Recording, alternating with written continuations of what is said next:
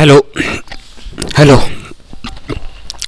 इतनी देर तक हमने जो पढ़ा वो सिंगुलर सब्जेक्ट और थर्ड पर्सन सब्जेक्ट के लिए पढ़ा था।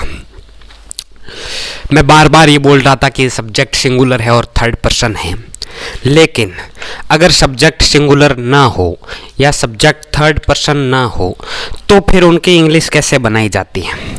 तो उनमें भी सब्जेक्ट सबसे पहले आता है, वर्ब की पहली फॉर्म भी आती है वो सब्जेक्ट के बाद में, लेकिन उसके बाद में एस या ई एस नहीं लगता, फिर ऑब्जेक्ट तो आता ही आता है। ठीक है, तो सब्जेक्ट सिंगुलर हो थर्ड पर्सन हो तो एस या ई एस लगता है, लेकिन सब्जेक्ट सिंगुलर हो और थर्ड पर्सन नहीं हो तो वर्ब के बाद एस या ई एस नहीं लगता है। जैसे यहाँ आपको सब्जेक्ट दिखाई दे रहा है, मैं खेलता हूँ, खेलने का काम कौन कर रहा है? मैं। इसका मतलब मैं सब्जेक्ट है जी। मैं सिंगुलर भी है, सबसे बड़ी बात तो यह है कि मैं सिंगुलर भी है, लेकिन अगर मैं आपसे प्रश्न पूछूं क्या मैं थर्ड पर्सन है, आप बोलोगे फर्स्ट पर्सन के अंतर्गत आते हैं आई और वी, और आई का अर्थ होता है मैं, इसका मतलब आई फर्स्ट पर्सन है। जी हाँ, आई यानी मैं सिंगुलर तो है लेकिन ये फर्स्ट पर्सन है, ये थर्ड पर्सन नहीं है। तो जब सब्जेक्ट या तो सिंगुलर हो और थर्ड पर्सन नहीं हो तो उनमें भी एस या ई एस नहीं लगेगा। अदरवाइज सिंगुलर तो नहीं हो लेकिन थर्ड पर्सन हो तो भी उसमें एस या ई एस नहीं लगेगा। आप बोलोगे कैसे, हमको समझ में नहीं आया। तो यहाँ जो मैं दिखाई दे रहा है आपको, ये सिंगुलर तो है, ये थर्ड पर्सन नहीं है, ये फर्स्ट पर्सन है, तो इसमें जो वर्ब आएगी उसके पीछे एस या ई एस नहीं लगेगा। जैसे कि सब्जेक्ट आ गया मैं, ठीक है, जिसको इंग्लिश में आई कहते हैं। वर्ब है यहाँ पर खेलना, वर्ब यहाँ पर खेलना है, ठीक है, खेलना को इंग्लिश में कहते हैं प्ले, और ऑब्जेक्ट यहाँ है नहीं, क्या खेलता हूँ, कुछ नहीं, पता नहीं, तो ऑब्जेक्ट यहाँ पर कुछ नहीं है। ठीक है, अब इसकी इंग्लिश बनाने की कोशिश करते हैं। सबसे पहले सब्जेक्ट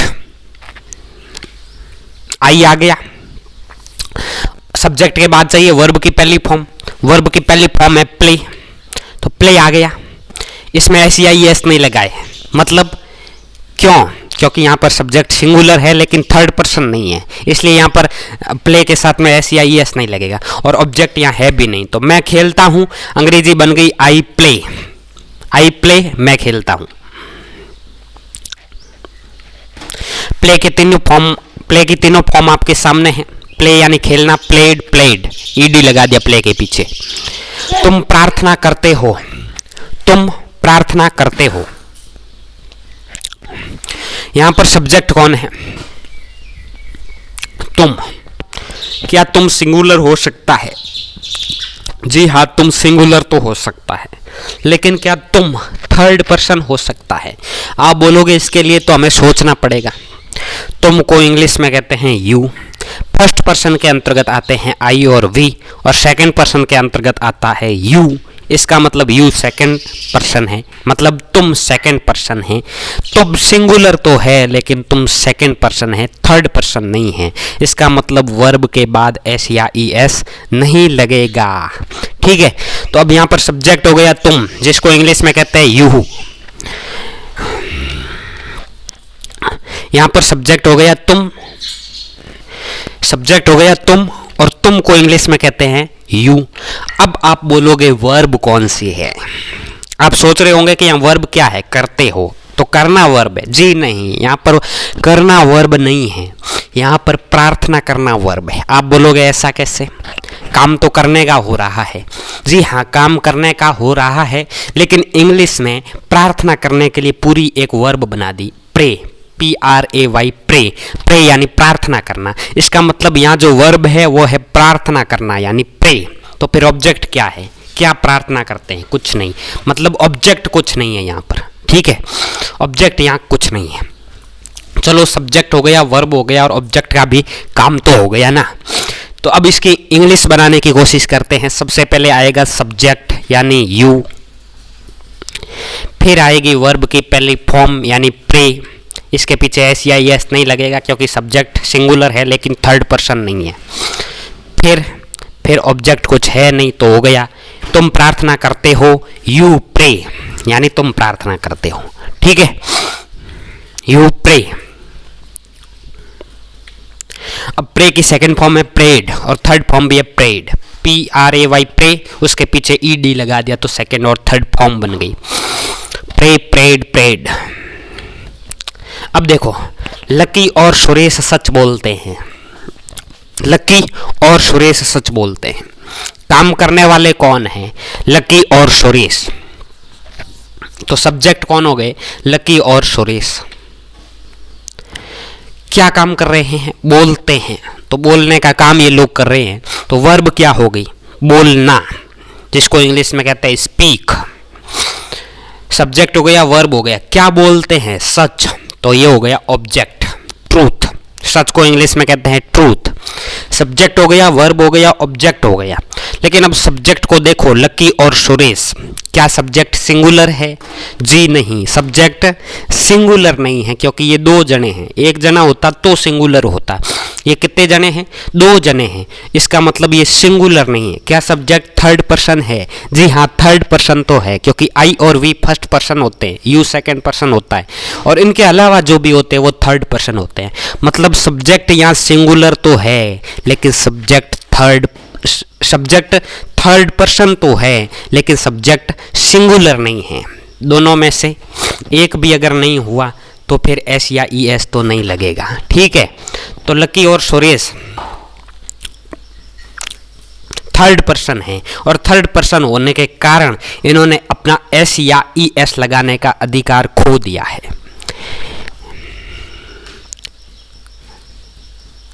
अपना एस या ई एस लगाने का अधिकार इन्होंने खो दिया है। अब देखते हैं, इसकी अंग्रेजी बनाने की कोशिश करते हैं। सबसे पहले आएगा सब्जेक्ट। सब्जेक्ट आ गया लकी और सुरेश, और उसके बाद आएगी वर्ब की पहली फॉर्म स्पीक। स्पीक के बाद एस या ई एस नहीं लगेगा, क्योंकि सब्जेक्ट प्लूरल है लेकिन थर्ड पर्सन नहीं है, तो स्पीक ही आएगा, ठीक है। और उसके बाद आएगा ऑब्जेक्ट ट्रूथ। ट्रूथ के पहले द लगता है, the truth. Lucky and Suresh speak the truth. हो गया। अब आप सोच रहे होंगे, आपके मन में एक प्रश्न आ सकता है, क्या द नहीं लगाने से गलत होता कि नहीं होता? तो द की बात अभी हमने बताई नहीं है, तो उसके बारे में सोचने की ज़रूरत नहीं है। अगर अभी आप द नहीं लिखते तो भी गलत नहीं होता। तो lucky and Suresh speak truth, ये भी सही है, कोई गलत नहीं है।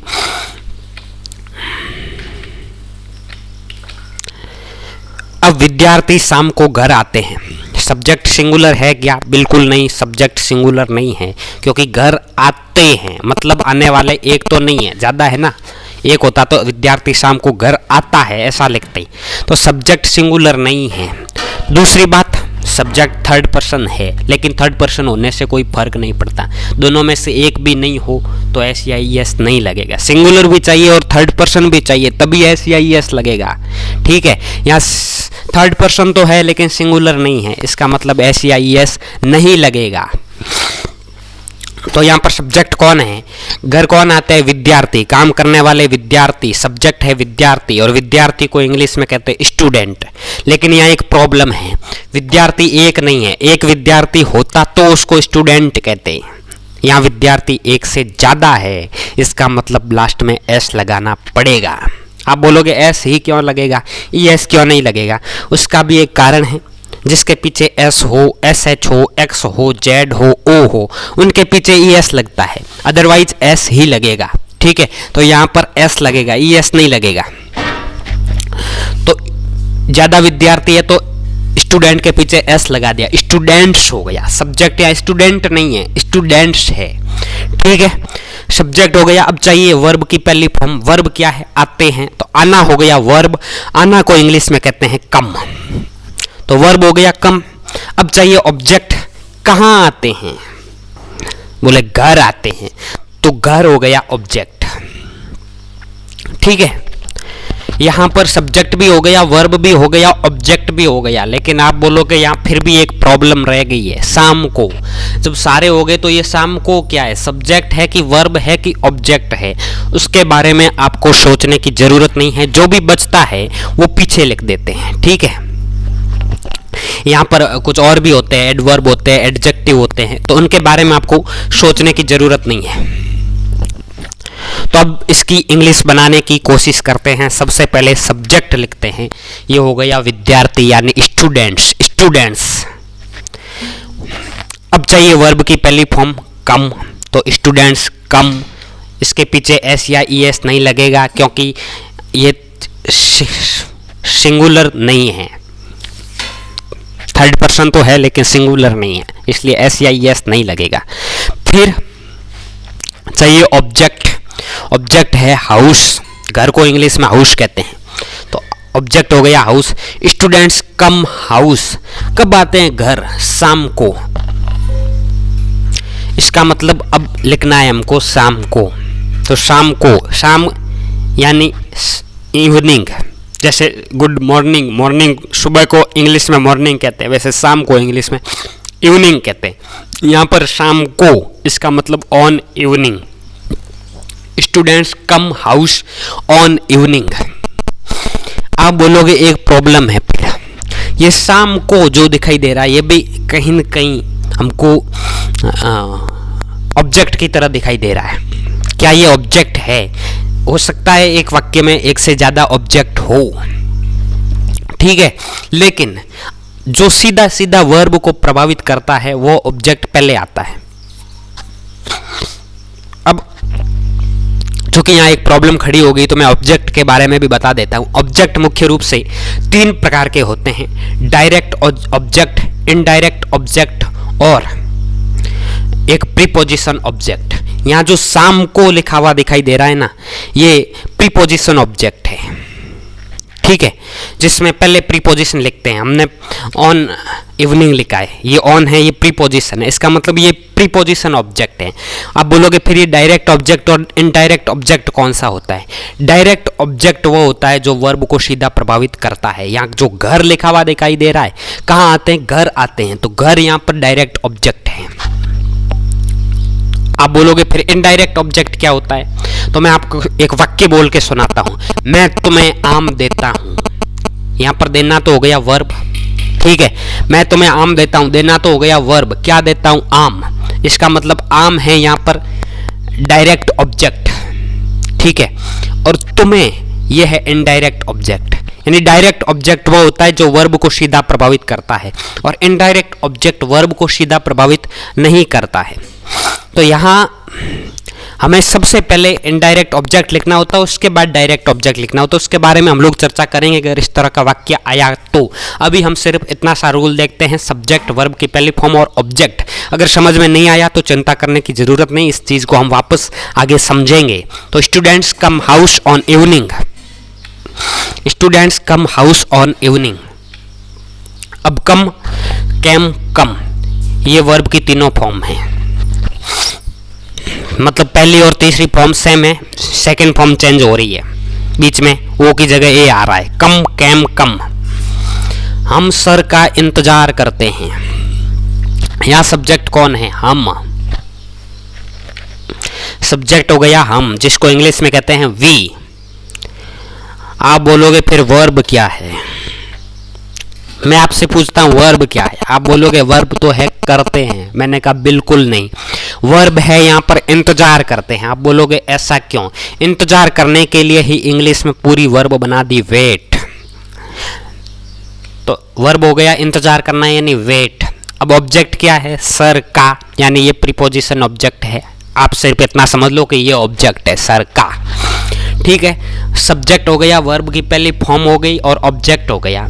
तो अब इसकी बनाते हैं इंग्लिश। सबसे पहले तो सब्जेक्ट आएगा, आ गया वी। अब आएगी वर्ब की पहली फॉर्म वेट, लेकिन वेट के साथ में एस या ई एस नहीं आएगा। आप बोलोगे ऐसा क्यों? हम यानी वी सिंगुलर नहीं है और थर्ड पर्सन भी नहीं है। आई और वी फर्स्ट पर्सन के अंतर्गत आते हैं। एस या ई एस लगाने के लिए सब्जेक्ट सिंगुलर होना चाहिए और थर्ड पर्सन भी होना चाहिए, ठीक है। वी वेट, अब सर का, ठीक है। तो यहाँ पर सही वाक्य होगा इंग्लिश में सर के लिए। हम सर के लिए इंतजार करते हैं, तो के लिए को इंग्लिश में कहते हैं फॉर। तो फॉर सर, यहाँ पर फॉर एक प्रीपोजिशन है, तो we wait for sir. Subject हो गया, वर्ब की पहली फॉर्म हो गई, ऑब्जेक्ट हो गया। अब आगे बढ़ते हैं।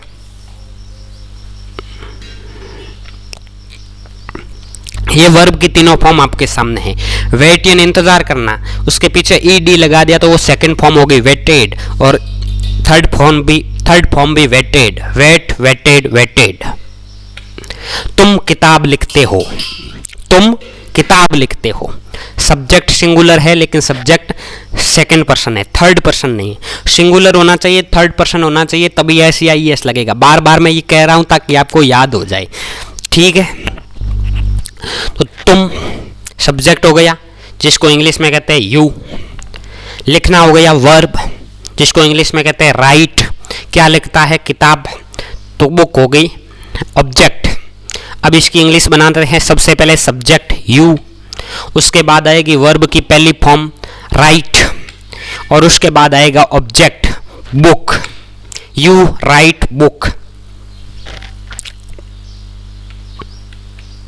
राइट की तीनों फॉर्म्स आपके सामने हैं। WRITE राइट, राइट यानी लिखना। WROTE रोट, और WRITTEN written. Write wrote written, और राइट का अर्थ होता है लिखना। बच्चे शोर मचाते हैं। पहली बात तो सामने ही दिख रहा है कि बच्चे सिंगुलर नहीं है लेकिन थर्ड पर्सन है, लेकिन सिंगुलर नहीं है इसका मतलब SEIES नहीं लगेगा। ये बात तो यहीं से पक्की हो जाती है, ठीक है। अब यहाँ पर पूरा वाक्य ही आपके सामने लिख दिया है इंग्लिश में। Children make noise, subject verb object. तो अब इसको क्या बनाएं? मैक की तीनों फॉर्म आपके सामने। अच्छा, आपके मन में एक सवाल आ सकता है कि मैक का अर्थ हमने सुना है बनाना,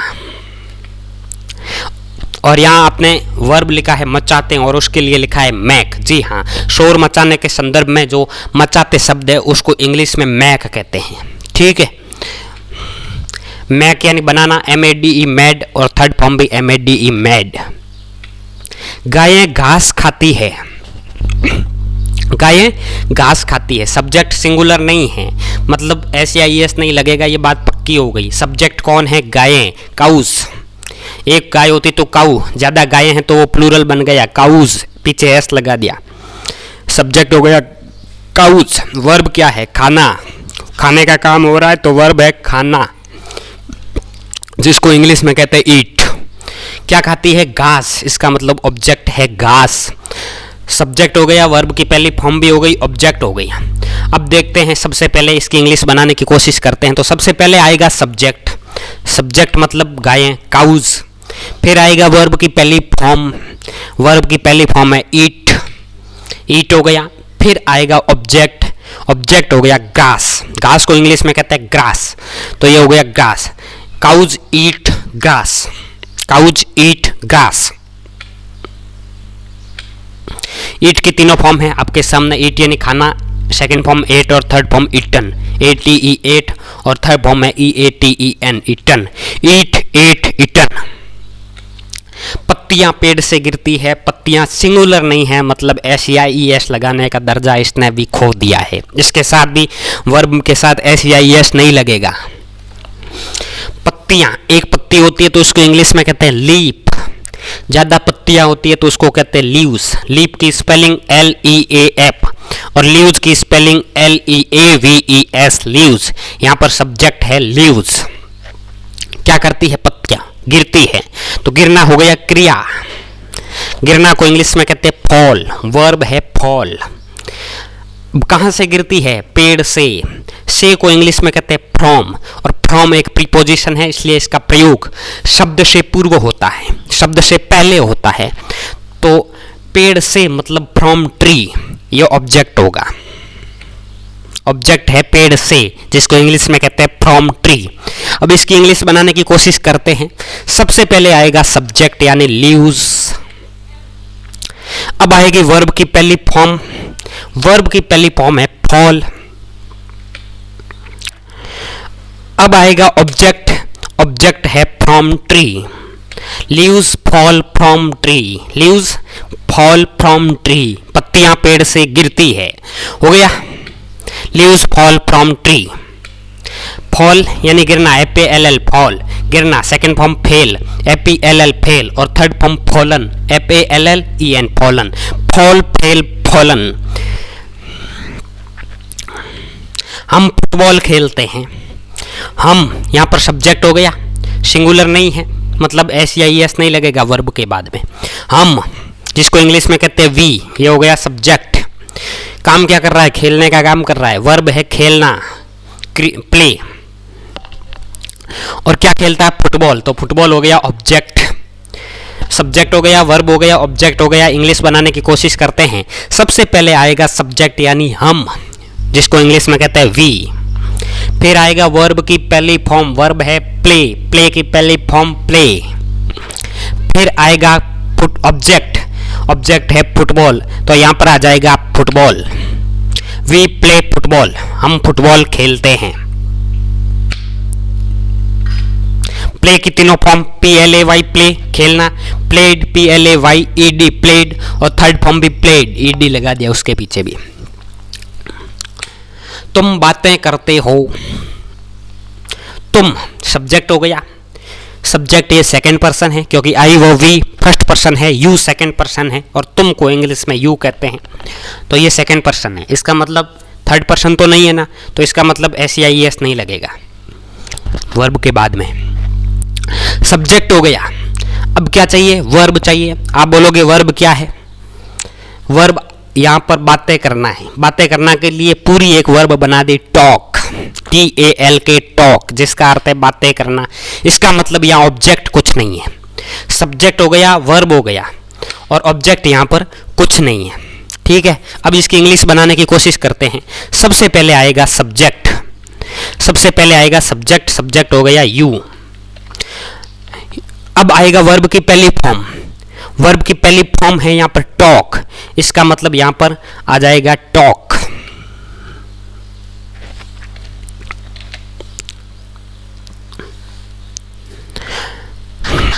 यू टॉक, तुम बातें करते हो। S या ES इसके पीछे भी इसलिए नहीं लगेगा क्योंकि ये थर्ड पर्सन नहीं है। यू टॉक, टॉक की सेकेंड फॉर्म टॉक्ड और थर्ड फॉर्म भी टॉक्ड। हम यह जानते हैं, सब्जेक्ट है हम, जिसको इंग्लिश में कहते हैं वी। क्या काम कर रहे हैं? जानते हैं, तो जानना हो गया क्रिया, और जानना को इंग्लिश में कहते हैं नो, KNOW नो, नो यानी जानना, नो यानी जानना। ऑब्जेक्ट है यह ऑब्जेक्ट है जिसको इंग्लिश में कहते हैं डिश, ये हो गया ऑब्जेक्ट। सब्जेक्ट हो गया, वर्ब हो गया, ऑब्जेक्ट हो गया। अब इसकी इंग्लिश बनाते हैं। सबसे पहले सब्जेक्ट हम, फिर आएगा वर्ब की पहली फॉर्म नो, इसके पीछे S या ES नहीं लगेगा क्योंकि ये फर्स्ट पर्सन है, थर्ड पर्सन नहीं है। थर्ड पर्सन होने पर ही S या ES लगता है। हम वी नो, और यह को इंग्लिश में कहते हैं इट, वी नो इट, हम यह जानते हैं। नो की second form knew, third form known. KNOW know यानी जानना, KNEW न्यू, और KNOWN नॉन। अब कुछ दोनों तरह के वाक्यों का अभ्यास करते हैं। आप बोलोगे दोनों तरह के कौन से वाक्य? एक तो वही वाक्य जो सिंगुलर भी हो, थर्ड पर्सन भी हो। दूसरे वे वाक्य जो या तो सिंगुलर नहीं है या थर्ड पर्सन नहीं है, क्योंकि सिंगुलर और थर्ड पर्सन है उनमें वर्ब के साथ S या ES लगेगा, और जो या सिंगुलर नहीं है या थर्ड पर्सन नहीं है तो उसमें S या ES का कोई नामो निशान नहीं होगा। अब एक बात मैं यहाँ बताना भूल गया। आप बोलोगे यहाँ पर है लिखा हुआ है, वह स्कूल जाता है, और है को इंग्लिश में कहते हैं इज, या आप कह सकते हैं आर। ठीक है, तो यहाँ इज और आर कहाँ है? इनका प्रयोग क्यों नहीं हो रहा? मैंने कहा इनका प्रयोग नहीं होने का एक खास कारण है। कारण क्या है? इज और आर का प्रयोग हम तब कर रहे थे जब कोई वर्ब नहीं थी, यानी कोई काम नहीं हो रहा था। वह आदमी है, इसमें क्या काम हो रहा है? तब हमने इज का प्रयोग कर दिया, ही इज ए मैन। वो महिला है, तो वह क्या काम हो रहा है? तब हमने इज का प्रयोग कर दिया, सी इज ए वुमेन। लेकिन यहाँ पर जब टेंस की बात हो रही है तो टेंस में रूल वो लगेगा जो टेंस कहेगा, उसमें हम अपनी मन मर्जी से नियम नहीं लगाएंगे, हम अपनी मन मर्जी से इज या आर नहीं लगा सकते, ठीक है। तो जब वर्ब आती है तो वहाँ पर टेंस के नियम लगते हैं। हाँ, कहीं कहीं इज और आर लगते हैं, लेकिन प्रेजेंट सिंपल टेंस में नहीं लगते हैं, ठीक है। तो ये ता है, ती है, ये सेंटेंस प्रेजेंट सिंपल टेंस के होते हैं, तो इनमें ये नहीं लगेंगे इज और आर। अब वह स्कूल जाता है, वह स्कूल जाता है, सब्जेक्ट कौन है? वह। क्या ये सिंगुलर है? जी हाँ ये सिंगुलर है, अकेला है। क्या ये थर्ड पर्सन भी है? जी हाँ ये थर्ड पर्सन भी है। मतलब ये है कि आई और वी फर्स्ट पर्सन है, यू सेकंड पर्सन है और ही थर्ड पर्सन होगा फिर, यानी आई यू और वी के अलावा जो भी होंगे वो थर्ड पर्सन होंगे। इसका मतलब ही थर्ड पर्सन है। इसका मतलब सब्जेक्ट सिंगुलर है और सब्जेक्ट थर्ड पर्सन भी है, तो फिर वर्ब के बाद एस या ई एस लगेगा, ठीक है। तो सब्जेक्ट हो गया वह, ही। वर्ब है जाना, जिसको कहते हैं गो, और फिर कहाँ जाता है? स्कूल। तो ऑब्जेक्ट हो गया स्कूल, सब्जेक्ट हो गया, वर्ब हो गया, ऑब्जेक्ट हो गया। तो इसकी इंग्लिश बनाने की कोशिश करते हैं। सब्जेक्ट सबसे पहले आएगा, ही सबसे पहले आएगा, उसके बाद वर्ब की पहली फॉर्म गो, लेकिन गो के साथ ई एस लगेगा, जहाँ पीछे ओ होता है उसके पीछे ई एस लगता है, तो गोज हो गया। फिर गो के साथ में टू का प्रयोग भी होता है, तो टू लगेगा इसके साथ। फिर आएगा object school, goes to school,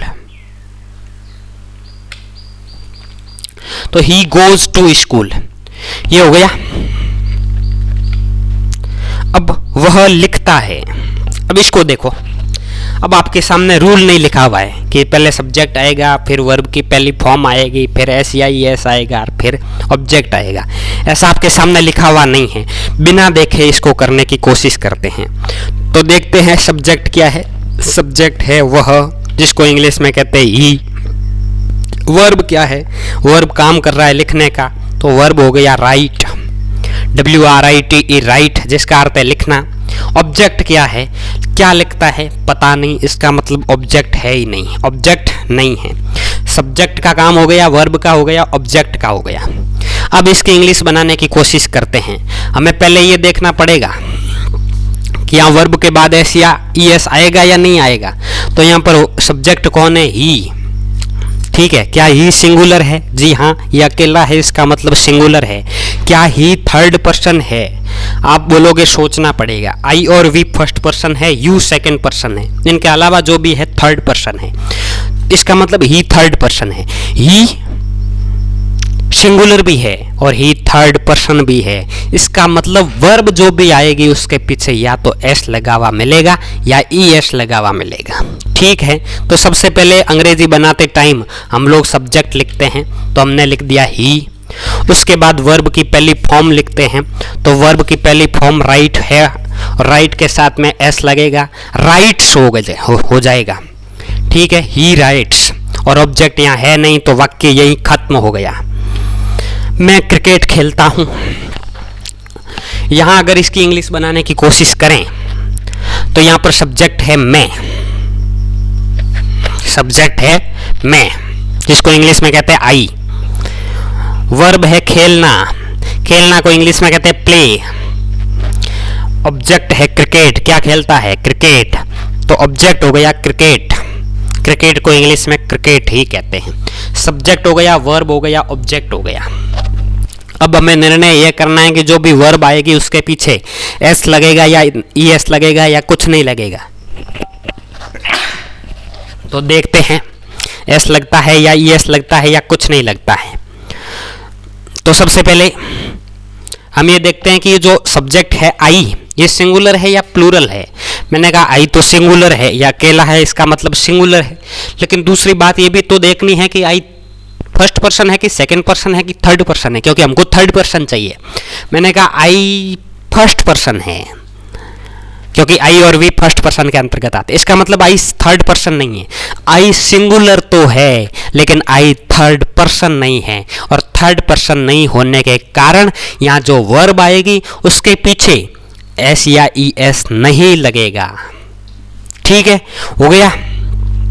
तो अब सबसे पहले तो सब्जेक्ट आएगा इसकी इंग्लिश में, सब्जेक्ट हो गया आई, फिर आएगी वर्ब की पहली फॉर्म प्ले, लेकिन एस या एस नहीं आएगा, ये भी ध्यान रखना है, सिर्फ प्ले ही आएगा। और उसके बाद आएगा क्रिकेट यानी ऑब्जेक्ट क्रिकेट, सब्जेक्ट वर्ब की पहली फॉर्म और ऑब्जेक्ट हो गया। आगे बढ़ते हैं। अब हमने पीछे दो वर्ब देखी, एक लिखने का एक खेलने का। तो राइट का अर्थ होता है लिखना, प्ले का अर्थ होता है खेलना। राइट रोट रिटन ये तीनों फॉर्म है, प्ले प्लेड प्लेड ये भी तीनों फॉर्म है।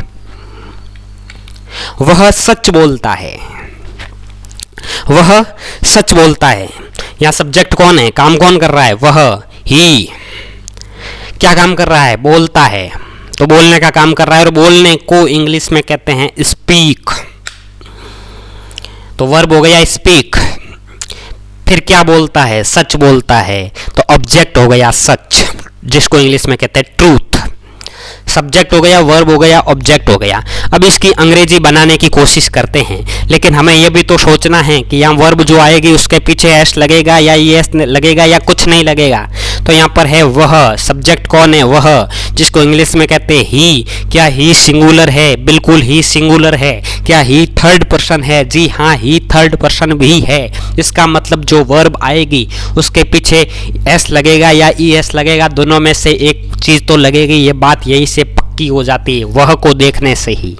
ठीक है, तो देखते हैं। सबसे पहले सब्जेक्ट आ गया ही, उसके बाद आएगी वर्ब स्पीक, लेकिन यहाँ पर एस लगेगा या ई एस लगेगा, एस लगेगा, क्योंकि ई एस उनके पीछे लगता है। जो जहाँ एस हो, एस एच हो, एक्स हो, जेड हो, ये लास्ट में होते हैं तब ई एस लगता है, तो यहाँ एस ही लगेगा स्पीक के पीछे, स्पीक्स हो गया।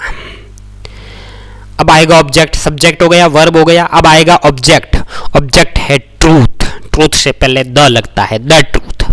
ही स्पीक्स द ट्रूथ, वह सच बोलता है। सूरज पूरब में उगता है, कौन काम कर रहा है, सूरज, तो सब्जेक्ट कौन है, सूरज। वर्ब क्या है, उगने का काम कर रहा है, तो वर्ब है उगना, जिसको इंग्लिश में कहते हैं राइज। अच्छा, सब्जेक्ट जो सूरज है उसको इंग्लिश में सन कहते हैं, उगना को इंग्लिश में कहते हैं राइज। सूरज उदय जो होता है ना उसको कहते हैं राइज। ठीक है, कहाँ उगता है, पूरब में, तो ये हो गया ऑब्जेक्ट ईस्ट। ईस्ट का अर्थ होता है पूरब, जो पूरब दिशा होती है उसको इंग्लिश में कहते हैं ईस्ट। ठीक है, सब्जेक्ट हो गया, वर्ब हो गया, ऑब्जेक्ट हो गया। अब इसकी इंग्लिश बनाने की कोशिश करते हैं, लेकिन लेकिन लेकिन उससे पूर्व ये भी तो देखना पड़ेगा कि यहाँ जो वर्ब आएगी उसके पीछे एस लगेगा या नहीं लगेगा, या ई एस लगेगा या नहीं लगेगा। तो देखते हैं, यहाँ पर सब्जेक्ट है सूरज। क्या सूरज सिंगुलर है, जी अकेला है, इसका मतलब सिंगुलर है। क्या सूरज थर्ड पर्सन है, क्या सूरज थर्ड पर्सन है।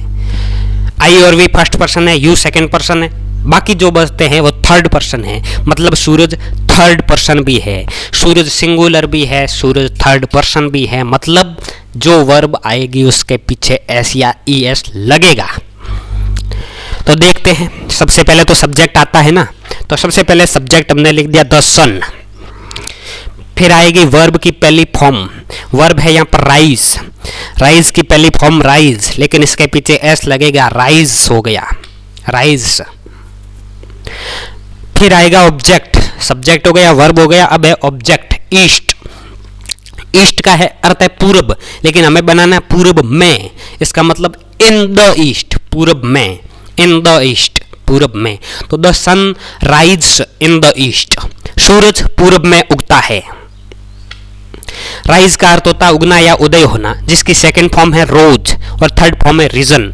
हमने पहले एक सेंटेंस और पढ़ा था स्पीक का, स्पीक, स्पोक, स्पोकन।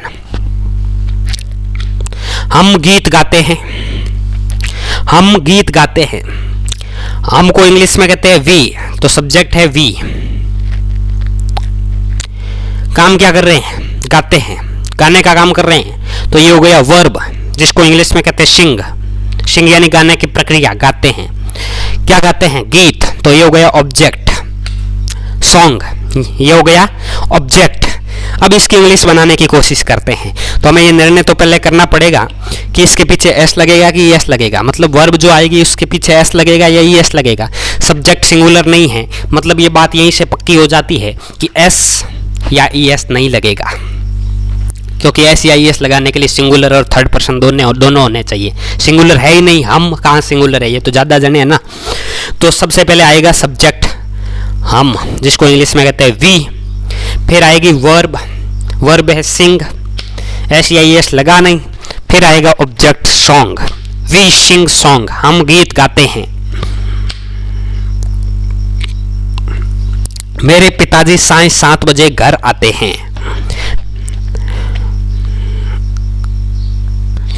सब्जेक्ट कौन हो गया, मेरे पिताजी, क्योंकि ये काम कर रहे हैं, क्या काम कर रहे हैं, घर आने का काम कर रहे हैं। तो ये हो गए सब्जेक्ट माई फादर, मेरे पिताजी को इंग्लिश में कहते हैं माई फादर। काम क्या कर रहे हैं, आते हैं। तो ये हो गया वर्ब आना, जिसको इंग्लिश में कहते हैं कम। फिर कहाँ आते हैं, घर, तो ये हो गया ऑब्जेक्ट घर, जिसको इंग्लिश में कहते हैं हाउस। और पीछे जो बचता है वो सबसे लास्ट में आ जाएगा।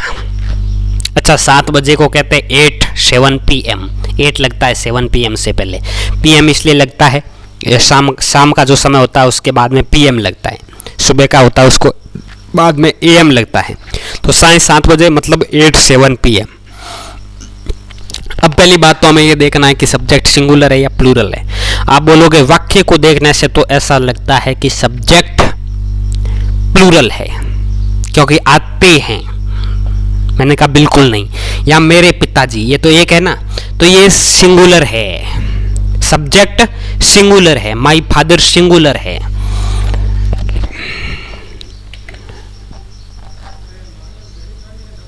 दूसरी बात ये देखनी पड़ेगी कि ये थर्ड पर्सन है या नहीं है, क्योंकि सिंगुलर होना चाहिए वो ठीक है, लेकिन थर्ड पर्सन भी तो होना चाहिए, तभी SEIS लगेगा।